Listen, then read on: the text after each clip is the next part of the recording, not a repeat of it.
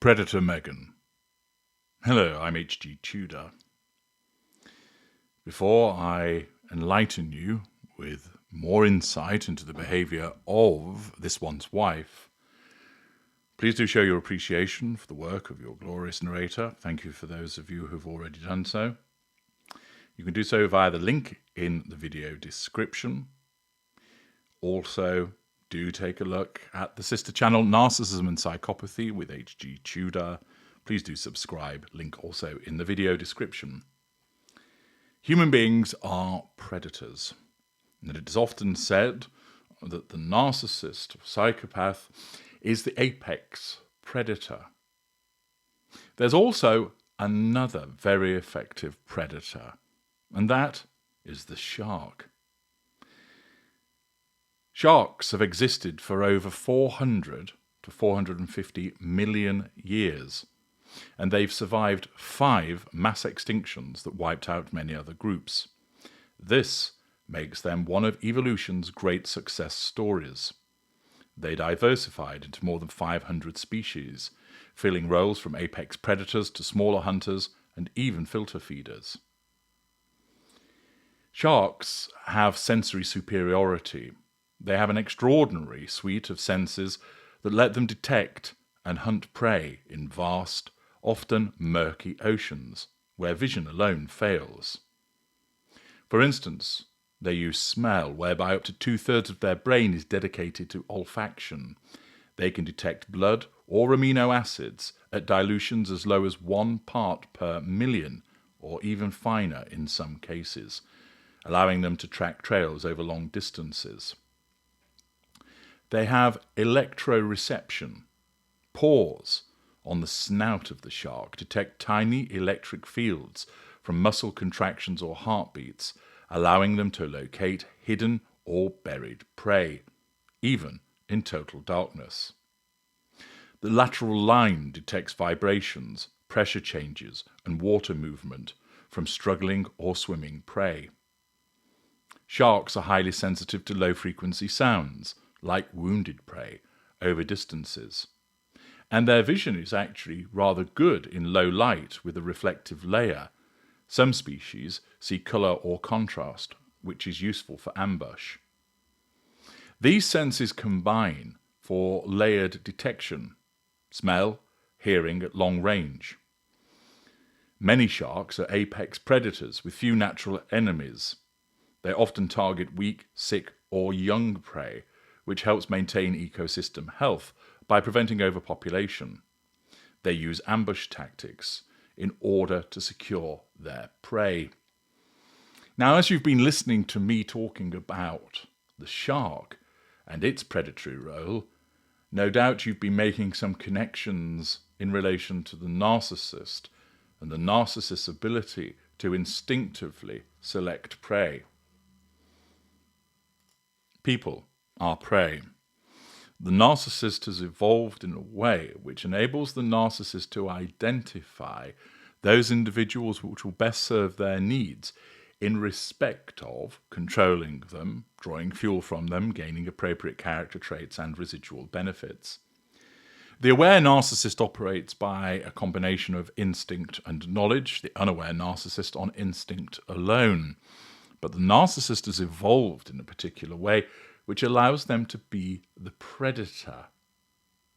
Often this is done in a way whereby the victim is completely unwitting as to who is taking an interest in them. But in other instances, there are certain things that give the narcissist away.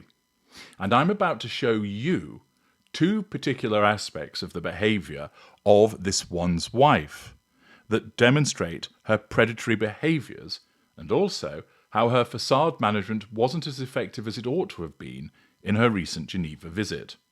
Take a look at this. Now, as I'm talking to you, a variety of images will appear on the screen. These are photographs which have been taken from that random bloke's wife's visit to Geneva. You ought to notice that in many of the pictures you see a particular look about this one's wife: the dead eyes. Now, I've explained in separate videos what the dead eyes of the narcissist mean, so you can revisit that separately. But what's often said about the narcissist when these dead eyes are on display is they're cold. They're like shark eyes. And there is a reason why people make that reference, because the shark and the narcissist are highly effective predators. Given the absence of emotional empathy, the fact is that, as you can see, this one's wife's eyes show the hollowness behind them, the void, whereby there is no emotional empathy, whereby there's nothing going on. She is, of course, powered by her innate narcissism. It's scanning those around her to ensure that they're under control, checking if they're under control, taking the appropriate action. It's assessing how fuel might be drawn. The narcissism is weighing up whether character traits and residual benefits can be obtained. All of that is going on behind those dead eyes. And it is not a case of saying, oh, look, there's one bad photograph, which can sometimes be the case in relation to theories that are put forward by uninitiated and those lacking expertise about this one's wife.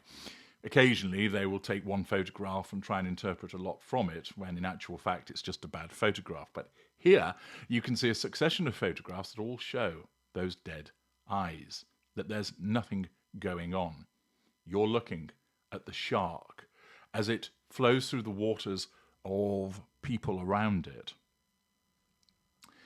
Now, with all of this, the predatory instincts of this one's wife are being guided by her narcissism. She doesn't exist to be kind. She doesn't exist to be helpful. She exists to control, to draw fuel, to gain character traits and residual benefits, because that is the beating heart of her narcissism.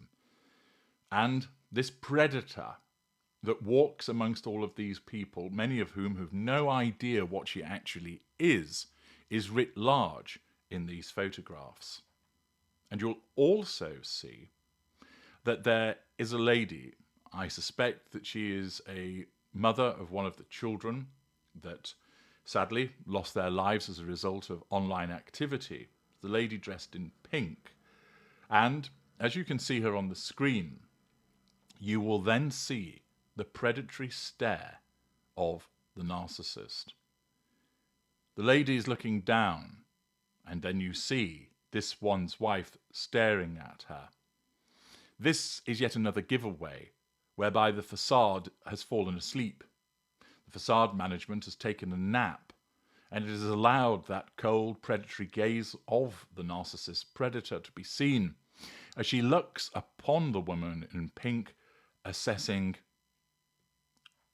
there is a victim, there is a target. And it gets worse, because as you can see, ultimately, the picture that appears in the thumbnail, this one's wife is looking at her, her head tilted, almost like some kind of reptile, assessing this prey, this tasty morsel that has happened to wander into her vision. And once again, the facade management has been caught napping as it demonstrates its inability to keep everything about this one's wife hidden. That cold, predatory gaze comes to the fore as she stares at this woman. The eyes are dead. And here, it looks to me like it's the typical behavior of the narcissist, whereby she's not actually listening to what's being said. She's simply waiting for the woman to shut up so that she can start speaking, because after all, everything's about her, that she's waiting for the woman to be silenced so that she can then assert her control over her. But throughout all of these pictures, you are given an excellent glimpse at the narcissist and how the narcissist is a predator.